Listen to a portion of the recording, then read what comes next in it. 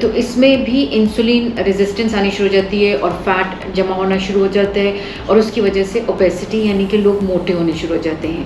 اور موٹاپے کی وجہ جو ہے وہ ہماری بہت ساری آبویس ہے. پی سی اوز آج کل دیکھا گیا ہے کہ بہت کامن ہے ہمارے ہاں کے معاشرے میں اسپیشلی. باہر کے ملکوں میں جب سروے کیا جاتا ہے تو اس کو 1 in 7 یا 1 in 9 بھی کہا جاتا ہے.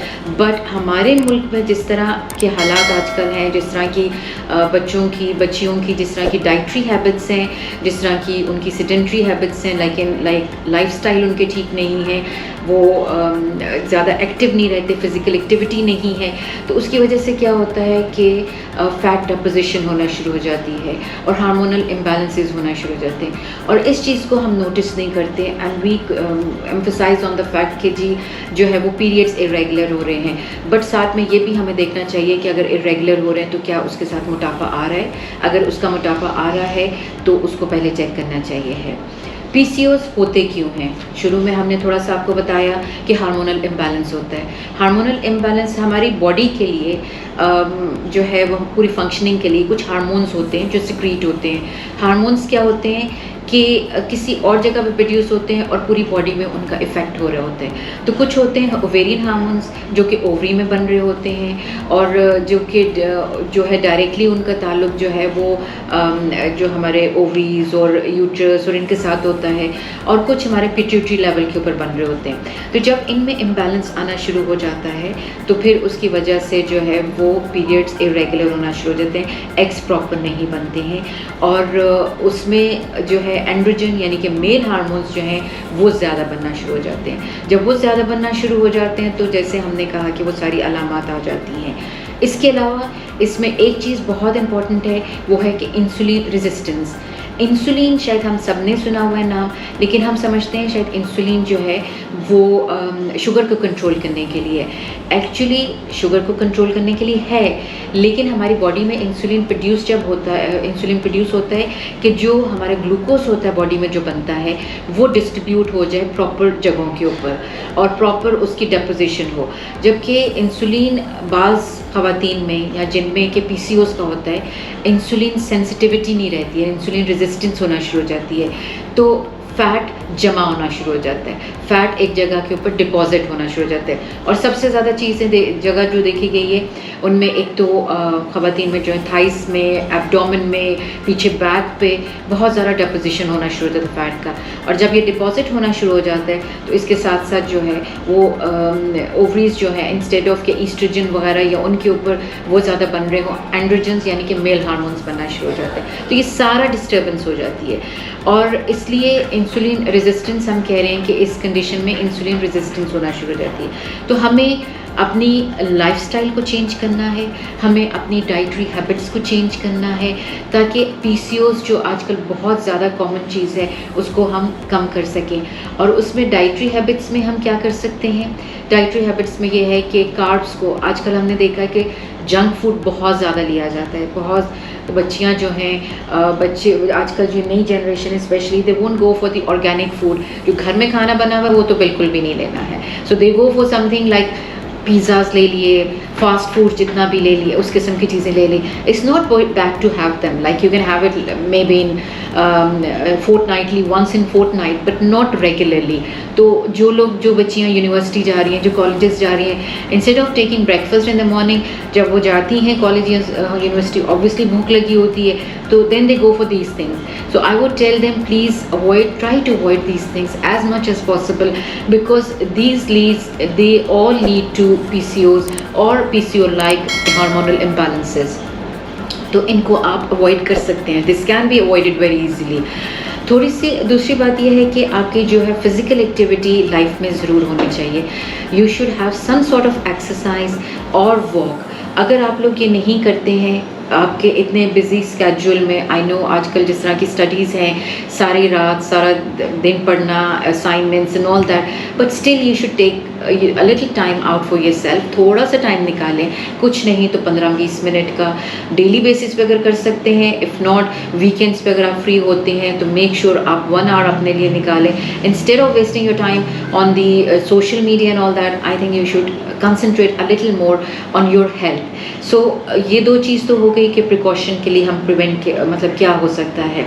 سمٹمس بھی ہم نے بتا دیے ان کی، اس کو مطلب اس کی وجہ سے کیا کیا پرابلمز ہو سکتی ہیں، پی سی اوز ہمیں کن کن چیزوں کی طرف لے جا سکتا ہے. تو ایک تو جو سب سے پہلے ہم نے بتایا مینسٹرل ارریگولیرٹی. دوسری چیز جو بہت کامن ہے وہ ہے انفرٹیلٹی یا سب فرٹیلٹی ہم جیسے کہتے ہیں. ہمارے پاس بہت سارے کپلز آتے ہیں اور جن میں سب سے پہلی ریزن جو آ رہی ہوتی ہے وہ پی سی اوز آ رہی ہوتی ہے. سو پی سی او کو لائٹلی مت لیجیے. Try to understand that this is something which can lead to further complications in your life. اور ایک تو انفرٹیلٹی ہو گیا، پھر اس کے علاوہ یہ ہوتا ہے کہ لیٹر ان لائف جو ہے وہ ڈائبٹیز ہونے کے چانسز ہوتے ہیں، موٹاپے کی وجہ سے، مینسٹرل ارریگولیرٹی کی وجہ سے، فیملی پریشرز کی وجہ سے، انفرٹیلٹی کی وجہ سے ڈپریشن کی طرف جانا شروع ہو جاتے ہیں، ڈپریشن کے شکار ہو جاتے ہیں. تو ان سب چیزوں کو جو ہے وہ اگر ہم بہت ساری مطلب اپنی ایکٹیویٹیز کو بہتر کریں، فوڈ آئٹم کو بہتر کریں، اپنی ہیلتھی ہیبٹس رکھیں، ڈائٹ کو بہتر کریں اور فزیکل ایکٹیویٹی بڑھائیں اپنی لائف میں، تو بہت سارا بہتر کر سکتے ہیں. ایک اور چیز دیکھا گیا، جب اگر آپ کی اسٹیبلشڈ ہو جاتی ہے پی سی او، اور پی سی او کیسے اسٹیبلش ہوگا یا ڈائگنوسس کیسے کیا جائے گا. ڈائگنوسس اس کا اس طرح ہے کہ جو سمٹمز ہیں وہ بہت ہی پرڈکٹیو ہوتے ہیں اس چیز میں، اور بہت ڈائگنوسٹک ہوتے ہیں. اگر کسی کو جو سمٹمز میں نے پہلے بتائے ہیں، اگر ان میں سے کسی کو 1 یا 2 سمٹمز بھی ہیں اور تیسرا کنفرمیشن ہو جاتا ہے آپ کا الٹرا ساؤنڈ پہ اور پالیسسٹک اووریز آنی شروع ہو جاتی ہیں، تو that is definite diagnosis of polycystic ovarian syndrome. اور الٹرا ساؤنڈ میں کیا آتا ہے کہ الٹرا ساؤنڈ میں چھوٹے چھوٹے بہت سارے ایگز بنے ہوتے ہیں. نارملی ہمارا یہ ہوتا ہے کہ ہر جو ہے سائیکل میں، ہر مینسٹرل سائیکل میں جو ہیں وہ 10 یا 15 جیسے بن رہے ہوتے ہیں چھوٹے چھوٹے اوویولس، ایگز جو ہیں وہ رائپ ہو رہے ہوتے ہیں، فالیکلز رائپ ہوتے ہیں، بٹ ان میں سب اوویولیٹ نہیں کرتے. ایک جو ہے وہ پورے ایک سائز پہ پہنچ رہا ہوتا ہے، باقی سب ریگریس کر جاتے ہیں. تو جو اپنے ایک سائز کو پہنچتا ہے وہی اوولیوشن اس کی ہو رہی ہوتی ہے. بٹ پی سی اوز میں یہ ہوتا ہے کہ وہ سارے چھوٹے چھوٹے جو ہیں وہ ایک جتنے سائز کے بننا شروع ہو جاتے ہیں، اور وہ جب بن رہے ہوتے ہیں تو ان کے اندر پانی کلیکٹ ہونا شروع ہو جاتا ہے، تو اس کو ہم پالیسسٹک کہنا شروع کر دیتے ہیں. تو اس لیے اس کا میں نے جب شروع میں کہا تھا کہ دس از اے مس نومر، کہ مطلب یعنی کہ ہم لوگ اکثر کہتے ہیں جی میری تھیلیاں بنی ہوئی ہیں، میری پرابلم تھیلیوں کی ہے. سو اٹس ناٹ تھیلیاں، it's basically your hormonal imbalance جو کہ ہو رہا ہوتا ہے. تو اس میں تو یہ دیکھا گیا ہے کہ باقی جو ٹریٹمنٹ اپنی جگہ پہ ہے، لیکن ایک فیکٹر ہے مایونیسیٹول.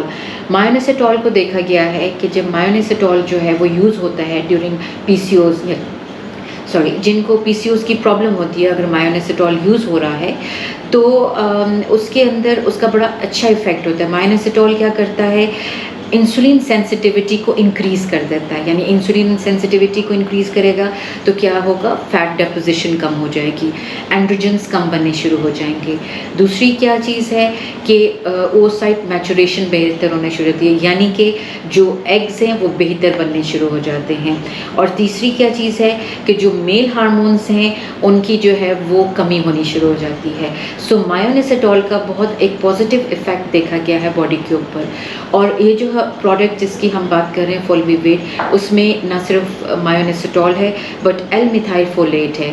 اور L methyl folate is a form of جو کہ اینڈ فارم ہے فولک ایسڈ کی، اور جو کہ باڈی کے لیے ویسے ہی بہت امپورٹنٹ ہوتا ہے. سو یہ دونوں جب کمبائن ہوتے ہیں تو آگے جو پی سی اوز کو مینیج کرنا بہت آسان ہو جاتا ہے. سو مایونیسیٹول جو ہے ود ایل میتھائل فولیٹ جو ہے اس کو کمبائن کر کے ساشے بنائے گئے فولیویٹ کے نام سے. اور اس کے بہت اچھے ریزلٹس دیکھے گئے ہیں کہ فولیویٹ میں دیکھا گیا ہے کہ because it's not an allopathic drug, کوئی آپ کو ایز سچ میڈیسن نہیں ہے جو کہ آپ نے بڑے ریگولر بیسس پہ لینا ہے، اور اس کے کوئی سائڈ افیکٹس نہیں ہیں، تو آپ بڑے آرام سے اس کو یعنی کہ بڑے کنوینئنٹلی اور بلائنڈ فولڈلی بھی اسے یوز کر سکتے ہیں. بیکاز جب سائڈ افیکٹس نہیں ہوں گے تو obviously that thing can be used very easily ورنہ تو یہی سوچ سوچ کے کہ اس میڈیسن کا کوئی سائڈ افیکٹ نہ ہو. تو دیز کین بی یوز.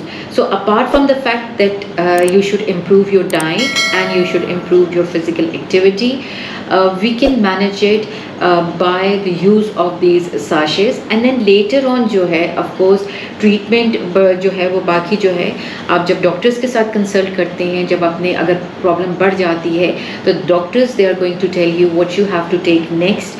اگر انفرٹیلیٹی کے کیسز ہیں آپ کو انفرٹیلیٹی کے لیے ٹریٹ کیا جائے گا, اور اس میں پھر وہ فردر میڈیکیشنز آپ کو ایڈ کر کے دیں گے along with these sachets جس میں مائنسٹول وغیرہ اور المیتھائل فولیٹ ہوتا ہے, because these have been seen to have a very protective effect on the on PCOS and a very positive effect.